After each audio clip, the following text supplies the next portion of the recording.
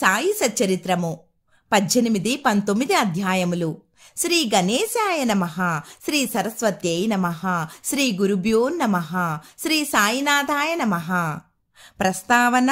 సాఠే శ్రీమతి రాధాబాయి దేశ్ముఖ్ మన ప్రవర్తన గూర్చి బాబా ఉపదేశము, సద్విచారములను ప్రోత్సహించి సాక్షాత్కారమునకు దారి చూపుట, ఉపదేశములో వైవిధ్యము, నిందగూర్చి బోధ, పనికి తగిన ప్రతిఫలము. గత 2 అధ్యాయములలో బ్రహ్మజ్ఞానము అభిలషించు ఒక ధనికుని బాబా ఎట్లు ఆదరించెనో హేమాడ్ పంతు వర్ణించెను. రాబోవు 2 అధ్యాయములలో హేమాడ్ పంతును బాబా ఎట్లు ఆమోదించి ఆశీర్వదించెనో, బాబా ఎట్లు తమ భక్తులలో మంచి ఆలోచనలు ప్రేరేపించి మోక్షమునకు మార్గు చూపుతుండునో, ఆత్మోన్నతి గూర్చి, పరనింద గూర్చి, ఇతరుల కష్టమునకు ఇవ్వవలసిన ప్రతిఫలమును గూర్చి బాబా వారి ప్రబోధములెట్టివో వర్ణింతుము. ప్రస్తావన.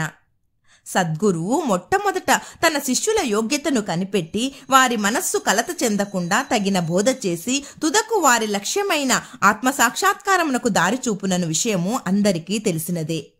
ఈ విషయంలో సద్గురువు బోధించిన దానిని ఇతరులకు వెల్లడి చేయరాదని కొందరనెదరు.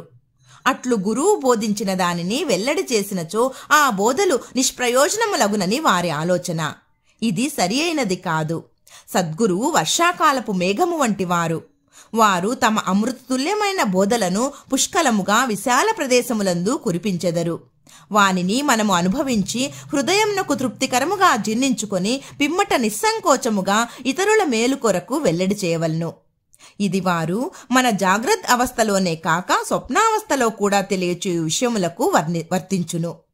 తన స్వప్నమందుగనిన రామరక్షా స్తోత్రమును బుధకౌశిక ఋషి ప్రచురించిన ఉదాహరణను ఇచ్చట స్మరించవలెను. ప్రేమగల తల్లి గుణమిచ్చు చేదైన ఔషధములను బిడ్డ మేలు కొరకే బలవంతంగా గ్రొంతులోనికి తోయినట్లు ఆధ్యాత్మిక విషయములను బాబా తన భక్తులకు బోధించువారు. వారి మార్గము రహస్యమైనది కాదు, అది బహిరంగమైనది. వారి బోధలను అనుసరించి భక్తుల ధ్యేయము నెరవేరెడిది. సాయిబాబా వంటి సద్గురువులు మన జ్ఞాననేత్రములను తెరిపించి ఆత్మ యొక్క దైవీ సౌందర్యములను చూపి మన కోరికలను నెరవేర్చెదరు. ఇది జరిగిన పిమ్మట మన ఇంద్రియ విషయవాంఛలు నిష్క్రమించి వివేక వైరాగ్యములను జంట ఫలములు చేతికి వచ్చును. నిద్రలో కూడా ఆత్మజ్ఞానము మొలకెత్తును.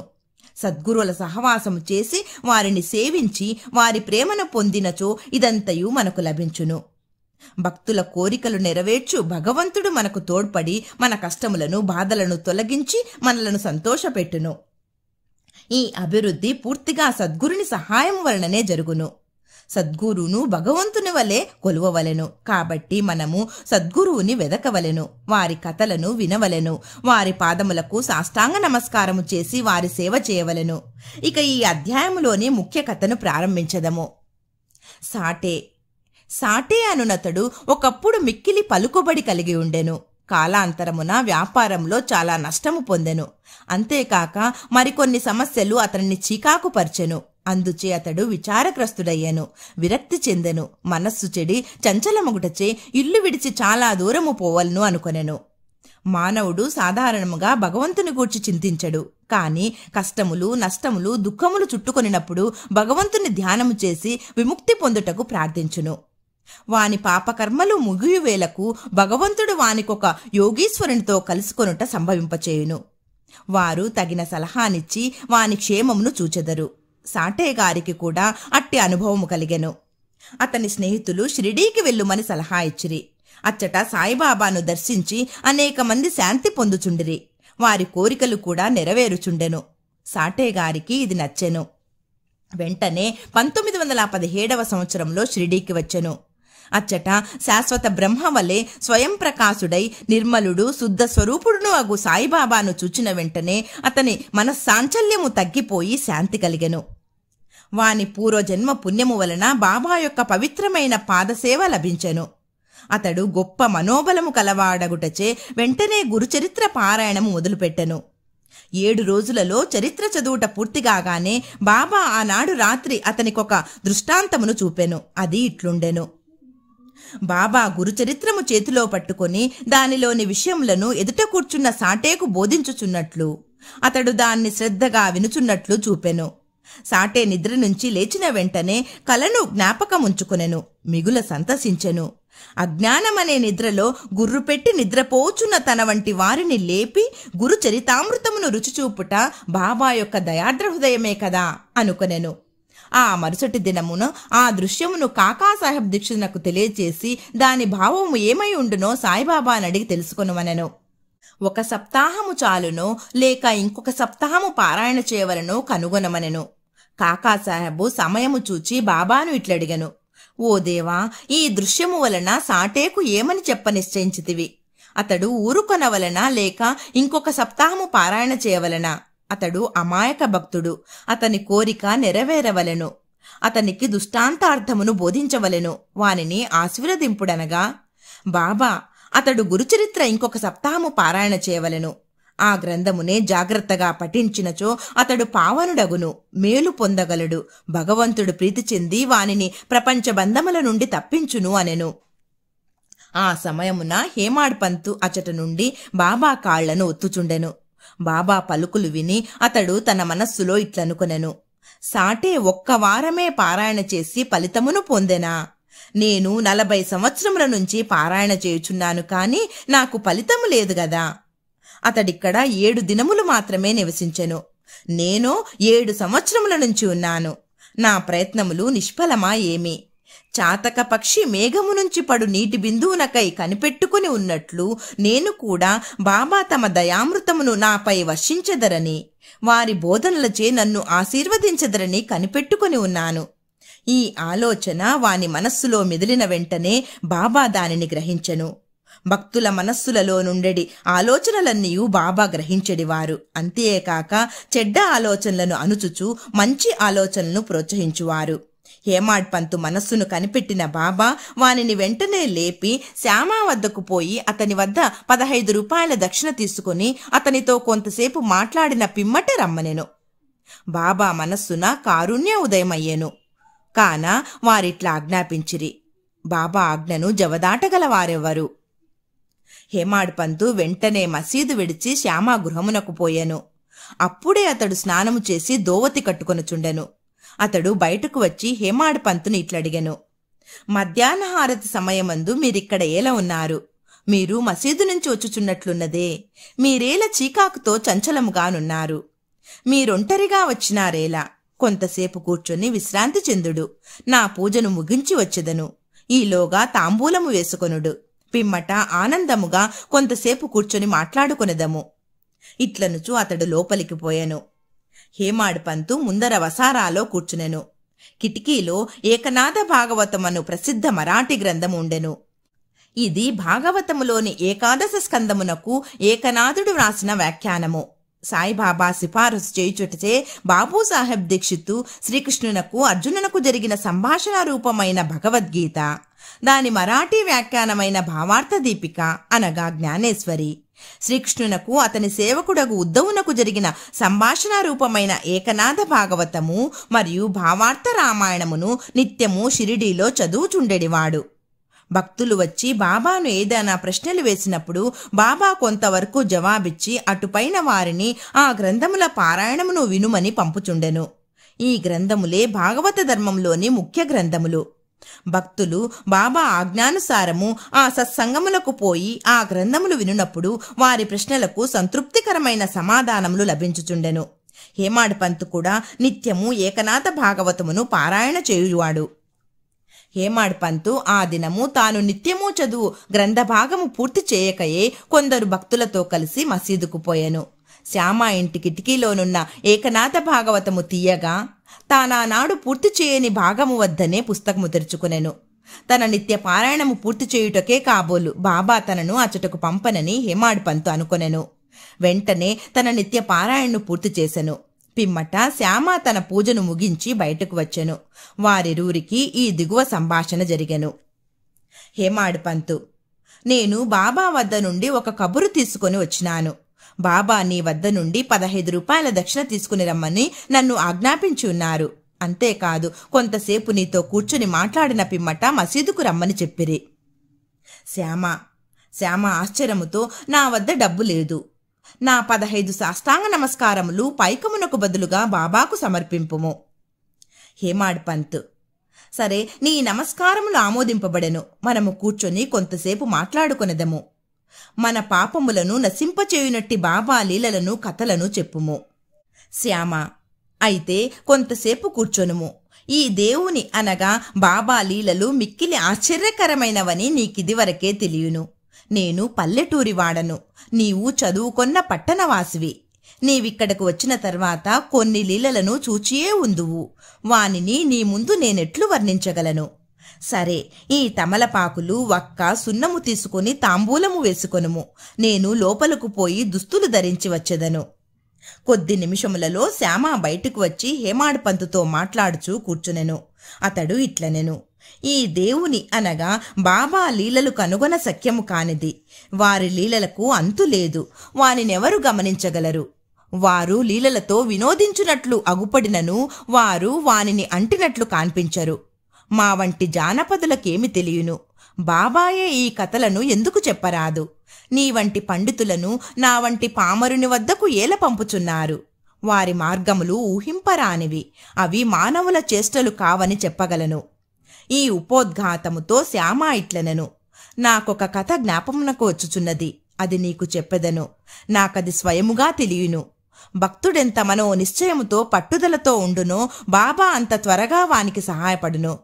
ఒక్కొక్కప్పుడు బాబా భక్తులను కఠిన పరీక్ష చేసిన పిమ్మట వారికి ఉపదేశమునిచ్చును. ఇచ్చట ఉపదేశమనగా నిర్దేశము. ఉపదేశమను మాట విన్నతోడనే హేమాడ్ పంతు మనస్సులో ఒక స్మృతి తలుక్కుమనెను. వెంటనే సాటేగారి గురుచరిత్ర పారాయణము జ్ఞప్తికి వచ్చెను. తన మనస్సునకు శాంతి కలిగించు నిమిత్తము బాబా తనను అచ్చటకు పంపియుండునను అనుకొనెను. అయినప్పటికీ ఈ భావము అణుచుకొని శ్యామ చెప్పు కథలను వినుటకు సిద్ధపడెను. ఆ కథలన్నీయు బాబాకు తన భక్తులందు ఎట్టి దయాదాక్షిణ్యములు కలవో తెలుపును. వానిని వినగా హేమాడ్ పంతునకు ఒక విధమైన సంతోషము కలిగెను. శ్యామ ఈ దిగువ కథను చెప్పదొడంగెను. శ్రీమతి రాధాబాయి దేశ్ముఖ్. రాధాబాయి అను ఒక ముసలమ్మ ఉండెను. ఆమె కాశాబా దేశ్ముఖ్ గారి తల్లి. బాబా ప్రఖ్యాతి విని ఆమె సంగమనేరు గ్రామ ప్రజలతో కలిసి షిరిడీకి వచ్చెను. బాబాను దర్శించి మిగిలి తృప్తి చెందెను. ఆమె బాబాను గాఢముగా ప్రేమించెను. బాబాను తన గురువుగా చేసుకుని ఏదైనా ఉపదేశమును పొందవల్లని మనోనిశ్చయము చేసుకునెను. ఆమెకింకేమీ తెలియకుండెను. బాబా ఆమె సంకల్పమును ఆమోదించక తనకు మంత్రోపదేశము చేయనుచు ఉపవాసము నుండి చచ్చెదనని మనోనిశ్చయము చేసుకునెను. ఆమె తన బసలోనే ఉండి భోజనము నీరు మానివేశెను. అట్లు 3 రోజులు గడిచెను. ఆమె పట్టుదలకు శ్యామ భయపడి ఆమె పక్షమున బాబాతో ఇట్లనెను: దేవా, మీరేమి ప్రారంభించితిరి? నీవు అనేక మందిని ఇచ్చటకు ఈడ్చెదవు.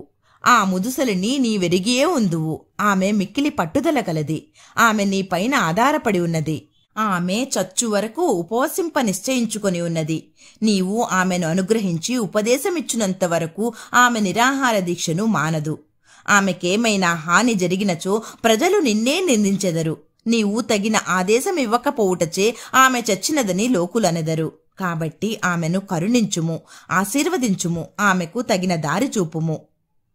ఆమె మనోనిశ్చయము చూచి బాబా ఆమెను పిలిపించి ఈ క్రింది విధముగా బోధించెను: ఓ తల్లి, అనవసరమైన యాతనకేల పాల్పడి చావును కోరుచున్నావు. నీవు నిజముగా నా తల్లివి, నేను నీ బిడ్డను. నా యందు కనికరించి నేను చెప్పునది పూర్తిగా వినుము. నీకు నా వృత్తాంతమును చెప్పెదను. నీవు దానిని బాగా వినినచో నీకది మేలు చేయును. నాకొక గురువు ఉండెను. వారు గొప్ప యోగీశ్వరులు, మిక్కిలి దయాద్ర హృదయులు. వారికి చాలా కాలము శుశ్రూష చేసి తిని, కాని నా చెవిలో వారే మంత్రము ఊదలేదు. నాకు వారిని వదిలిపోవ తలంపే లేకుండెను. నేను వారితోనే ఉండుటకు, వారి సేవ చేయుటకు, వారి వద్ద కొన్ని ఉపదేశములను గ్రహించుటకు నిశ్చయించుకొంటిని. కాని వారి మార్గము వారిది. వారు నా తల గొరిగించిరి. నా నుండి 2 పైసలు దక్షిణ అడిగిరి. నేను దానిని వెంటనే వారికి సమర్పించి తిని. మీ గురువుగారు పూర్ణకాములైనచో వారు మిమ్ములను దక్షిణ అడుగనేలా? వారు నిష్కాములను ఎట్లు అనిపించుకొందురు అని నీవడగవచ్చును. దానికి సమాధానము సూటిగా చెప్పగలను. వారు డబ్బును లక్ష్యపెట్టేవారు కారు. ధనముతో వారు చేయునదేమున్నది? వారు కోరిన 2 కాసులలో ఒకటి నిష్ఠ, రెండవది సంతోష స్థైర్యములతో కూడిన ఓరిమి. నేనీ రెంటిని వారికి అర్పించితిని, వారు ప్రసన్నులైరి. నా గురువును అట్లు 12 సంవత్సరములు సేవించితిని.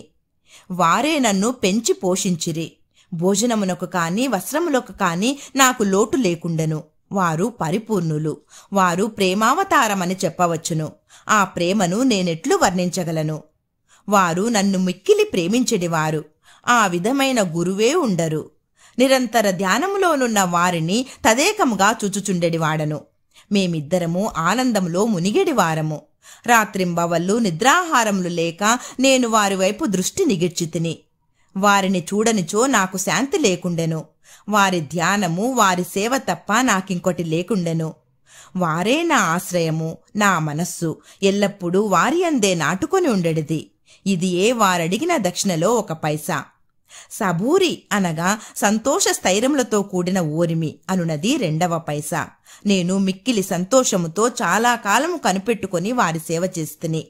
ఈ ప్రపంచమనే సాగరమును సబూరి అని ఓడ నన్ను సురక్షితముగా దాటించును. సబూరి అనునది అత్యంత ఉత్తమ లక్షణము. అది పాపములన్నింటినీ తొలగించును, కష్టములను పారద్రోలును, అనేక విధముల అవాంతరములను తొలగించి భయమును పారద్రోలును, తుదకు జయమును కలుగచేయును. సబూరి అనునది సుగుణములకు గని, మంచి ఆలోచనకు తోడు వంటిది. నిష్ఠా సబూరి అనునవి అన్యోన్యమైన అక్కా చెల్లెండ్ర వంటివి. నా గురువు నా నుండి ఇతరమేయూ ఆశించి ఉండలేరు. వారు నన్ను ఉపేక్షింపక సర్వకాల సర్వావస్థలయందు కాపాడుచుండెడివారు. నేను వారితో కలిసి ఉండేడివాడను. ఒక్కొక్కప్పుడు వారిని విడిచి ఉండేడినను వారి ప్రేమకు ఎన్నడూనూ లోటు కలగలేదు. వారు తమ దృష్టి చేతనే నన్ను కాపాడుచుండెడివారు. తాబేలు తన పిల్లలను కేవలము తన దృష్టితో పెంచునట్లు నన్ను కూడా నా గురువు తమ దృష్టితో పోషించుచుండెడివారు. తల్లి తాబేలు 1 ఒడ్డున ఉండును, బిడ్డ తాబేలు 2వ ఒడ్డున ఉండును. తల్లి తాబేలు పిల్ల తాబేలుకు ఆహారము పెట్టుట కాని పాలిచ్చుట కాని చేయదు. తల్లి తన పిల్లలపై తన దృష్టిని పోనిచ్చును. పిల్లలెదిగి పెద్దవి అగును.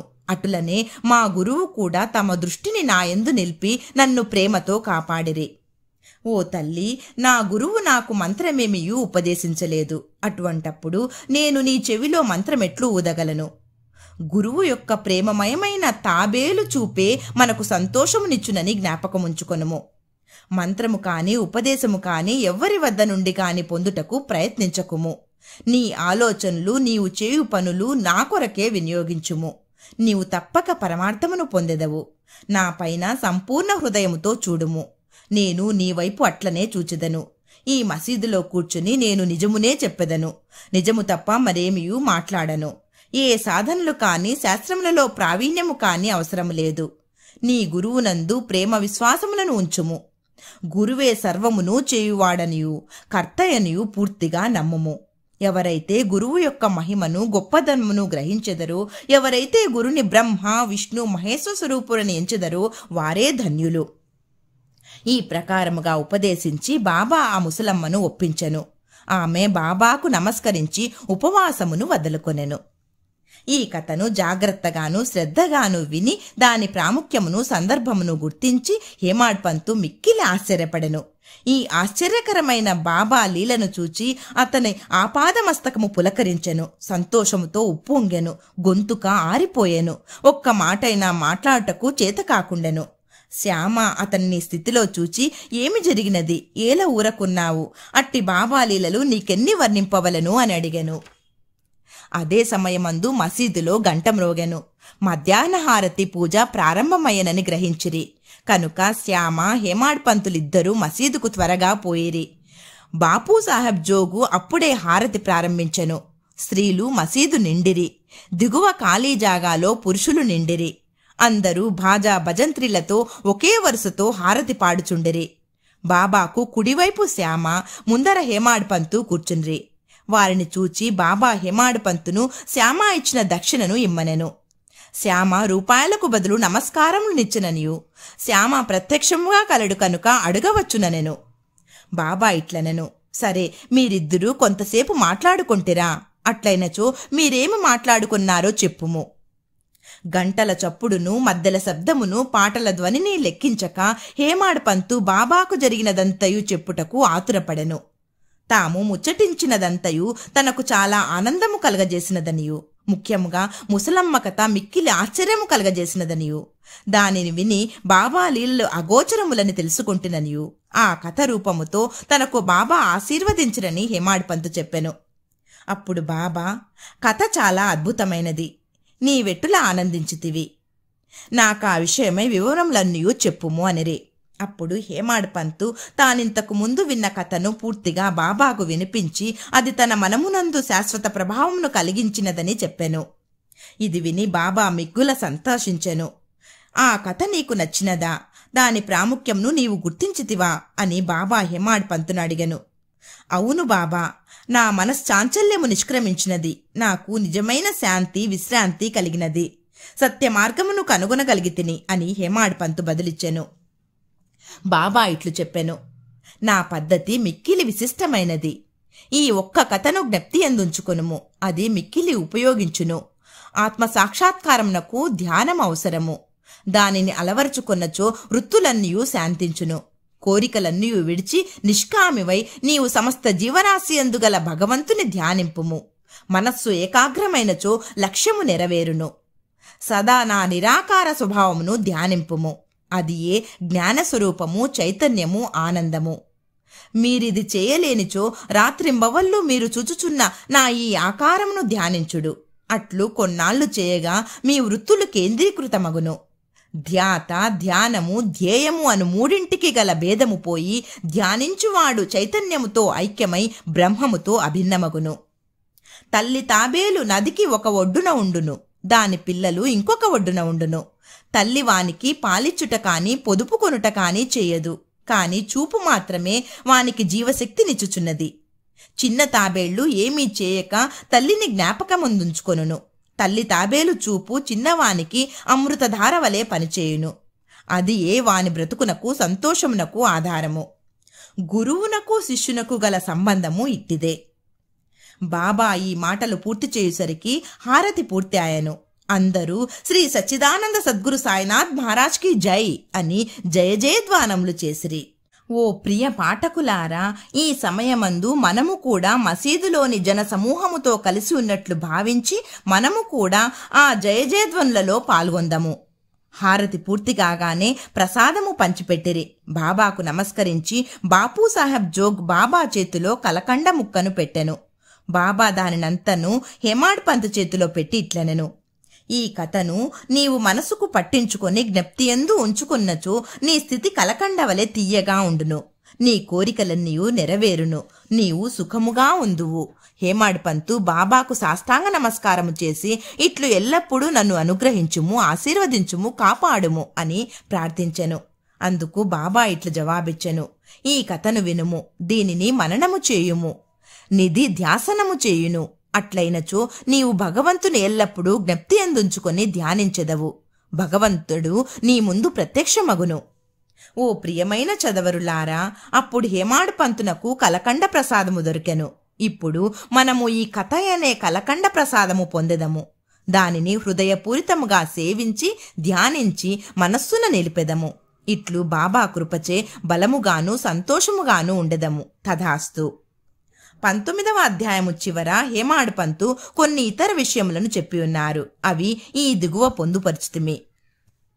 మన ప్రవర్తన గూర్చి బాబా ఉపదేశము. ఈ దిగువ చెప్పిన బాబా పలుకులు సాధారణమైనవి అయినప్పటికీ అమూల్యములు. వానిని మనస్సునందు ఉంచుకొని అట్లే చేసినచో అవి మనకు మేలు చేయును. ఏదైనా సంబంధము ఉండనిదే ఒకరు ఇంకొకరి వద్దకు పోరు. ఎవరు కాని ఎట్టి జంతువు కాని నీ వద్దకు వచ్చినచో నిర్దాక్షిణ్యముగా వారిని తరిమివేయకుము. వారిని సాదరముగా చూడుము. దాహము గల వారికి నీరిచ్చినచో, ఆకలితోనున్న వారికి అన్నము పెట్టినచో, బట్టలు లేని వారికి బట్టలిచ్చినచో, నీ ఇంటి వసారా ఇతరులు కూర్చునుటకు విశ్రాంతి తీసుకొనుటకు వినియోగించినచో నిశ్చయముగా భగవంతుడు మిక్కిలి ప్రీతి చెందును. ఎవరైనా ధన సహాయము కోరి నీ వద్దకు వచ్చినచో నీకిచ్చుటకు ఇష్టము లేకున్నా నీవు ఇవ్వనక్కరవసరం లేదు. కాని వానిపై కుక్కవలే మొరగవద్దు. ఇతరులు నిన్నెంతగా నిందించినను నీవు కఠినముగా జవాబు ఇవ్వకుము. అట్టి వానిని నీవెల్లప్పుడూ ఓర్చుకొనినచో నిశ్చయముగా నీకు సంతోషము కలుగును. ప్రపంచము తలక్రిందులైనప్పటికీ నీవు చలించకుము. నీ ఉన్న చోటనే స్థైర్యముగా నిలిచి నెమ్మదిగా నీ ముందర జరుగుచున్న నాటకమును చూచుచుండుము. నీకు నాకు మధ్య గల గోడను నిర్మూలించుము. అప్పుడు మనమిద్దరము కలియు మార్గం ఏర్పడును. నాకు నీకు భేదము గలదనున్నదియే భక్తుని గురువునకు దూరముగా ఉంచుచున్నది. దానిని నశింపచేయనిదే మనకు ఐక్యత కలుగదు. అల్లా మాలిక్, భగవంతుడే సర్వాధికారి. ఇతరులెవ్వరూ మనలను కాపాడువారు కారు. భగవంతుని మార్గము అసామాన్యము, మిక్కిలి విలువైనది, కనుగన వీలులేనిది. వారి ఇచ్ఛానుసారమే మనము నడిచెదము. మన కోరికలను వారు నెరవేర్చెదరు, మనకు దారి చూపెదరు.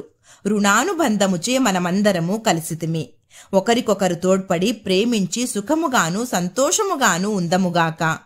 ఎవరైతే తమ జీవిత పరమావధిని పొందెదరో వారు అమరులై సుఖముగా నుండెదరు. తక్కిన వారందరూ పేరునకే ఊపిరి సలుపు వరకు మాత్రమే బ్రతికెదరు. సద్విచారములను ప్రోత్సహించి సాక్షాత్కారమునకు దారిచూపుట. సాయిబాబా సద్విచారములను ఎట్లు ప్రోత్సహించుచుండునో తెలుసుకొనుట మిగుల ఆసక్తికరముగా ఉండును. భక్తి ప్రేమలతో వారికి సర్వస్య శరణాగతి చేసినచో వారు నీకెట్లు పదే పదే సహాయపడదరో తెలియను. ప్రక్క నుంచి లేవగానే నీకేమైనా మంచి ఆలోచన కలిగినా దానిని తర్వాత పగలంతయు వృద్ధి చేసినచో నీ మేధాశక్తి వృద్ధి పొందును, నీ మనస్సు శాంతి పొందును. హేమాడ్ పంతు దీనికై ప్రయత్నించదలచెను. ఒక బుధవారము రాత్రి పండుకునేటప్పుడు ఇట్లనుకునెను, రేపు గురువారము, శుభదినము, షిరిడీ పవిత్రమైన స్థలము కావున రేపటి దినమంతయు రామనామ స్మరణతోనే కాలము గడిపెదను అని నిశ్చయించుకొని పరుండెను.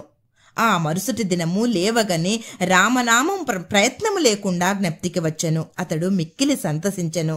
కాలకృత్యములు తీర్చుకున్న పిమ్మట బాబాను చూచుటకు పువ్వులను తీసుకొని పోయెను. దీక్షిత్వాడా విడిచి బూటీవాడా దాటుచుండగా ఒక చక్కని పాట వినబడెను. ఔరంగాబాదు నుంచి వచ్చిన వాడొకడు మసీదులో బాబా ముందర పాడుచుండెను. అది ఏకనాథ్ మహారాజ్ రచించిన గురుకృపాంజన పాయో మేరే భాయి అనునది. గురుకృపయను అంజనము లభించెను. దాని మూలమున తన కండ్లు తెరవబడిననియు, దానిచే తాను శ్రీరాముని లోన బయట నిద్రావస్థలోను జాగ్రత్తవస్థలోను స్వప్నావస్థలోను అన్ని చోట్లను చూచితనను చెప్పాడు పాట అది. అనేక పాటలుండగా బాబా భక్తుడగు ఔరంగాబాదు నివాసి ఈ పాట నేలపాడెను. ఇది సందర్భానుసారముగా బాబా చేసిన ఏర్పాటు కాదా? హేమాడ్ పంతు ఆనాడంతయు రామనామస్మరణచే కాలము గడుపనెంచినవాడు కావున అతని మనోనిశ్చయము దృఢపరచుటకై బాబా ఈ పాటను పాడించి ఉండును. రామనామస్మరణ ఫలితము గూర్చి మహాత్ములందరికీ ఒకే భావము. అది భక్తుల కోరికలు నెరవేర్చి వారిని కష్టముల నుండి కాపాడును. ఉపదేశములో వైవిధ్యము, నిందగూర్చి బోధ. శ్రీ సాయి బోధనకు ప్రత్యేక స్థలము కాని ప్రత్యేక సమయము కాని అక్కరలేదు. సందర్భావసరములను బట్టి వారి ప్రబోధము నిరంతరము జరుగుచుండెను. ఒకనాడొక భక్తుడు ఇంకొక భక్తుని గూర్చి పరోక్షమున ఇతరుల ముందు నిందించుచుండెను. ఒప్పులు విడిచి భక్త సోదరుడు చేసిన తప్పులనే ఎన్నుచుండెను. మిక్కిలి హీనమైన అతని దూషణలు విన్నవారు విసిగిరి. అనవసరముగా ఇతరులను నిందించుటచే అసూయ, దురభిప్రాయం మొదలగునవి కలుగును. యోగులు నిందలను ఇంకొక విధముగా భావించెదరు. మలినమును పోగొట్టుటకు అనేక మార్గములు కలవు. సబ్బుతో మాలిన్యమును కడగవచ్చును. పరులను నిందించువాని మార్గము వేరు. ఇతరుల మలినములను వాడు తన నాలుకతో శుభ్రపరచును. ఒక విధముగా వాడు నిందించువానికి సేవ చేయుచున్నాడు. ఎట్లనగా వాని మలినమును వీడు తన నాలుకతో శుభ్రపరచుచున్నాడు. కావున తిట్టబడినవాడు తిట్టిన వానికి కృతజ్ఞతలు తెలుపవలను. అట్లు పరనిందకు పాల్పడు వానిని బాబా సరిదిద్దిన పద్ధతి విశిష్టమైనది. నిందించువాడు చేసిన అపరాధమును బాబా సర్వజ్ఞుడగుచే గ్రహించెను. మిట్ట మధ్యాహ్నము బాబా లెండీ తోటకు పోవునప్పుడు వాడు బాబాను దర్శించెను.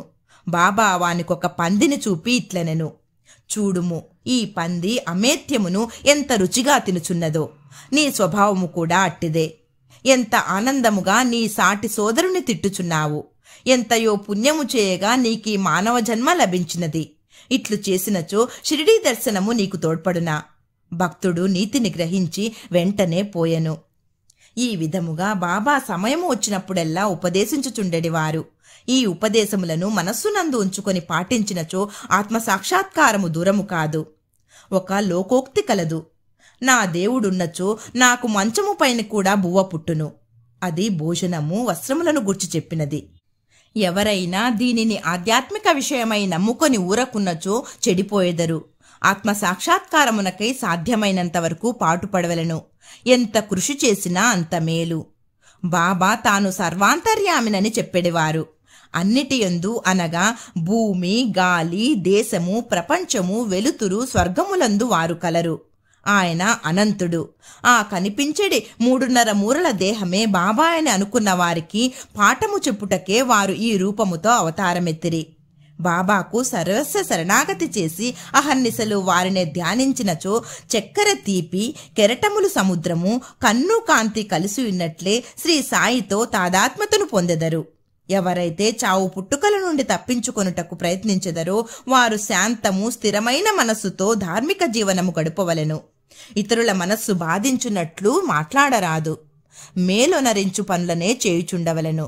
తన కర్తవ్య కర్మలను ఆచరించుచు భగవంతునికి సర్వస్య శరణాగతి చేయవలెను. వాడు దేనికి భయపడనవసరము లేదు. ఎవరైతే భగవంతుని పూర్తిగా నమ్మెదరో, వారి లీలలను విని ఇతరులకు చెప్పెదరో, ఇతర విషయములేవి ఆలోచించరో వారు తప్పక ఆత్మ సాక్షాత్కారము పొందుదురు. అనేక మందికి బాబా తన నామమును జ్ఞప్తి ఎందుంచుకొని శరణు వేడుమనెను. తానెవరు అను దానిని తెలుసుకొనవారు వారికి శ్రవణమును మననమును చేయుమని సలహా ఇచ్చెడివారు. కొందరు భగవన్నామమును జ్ఞప్తి ఎందుంచుకొనువారు.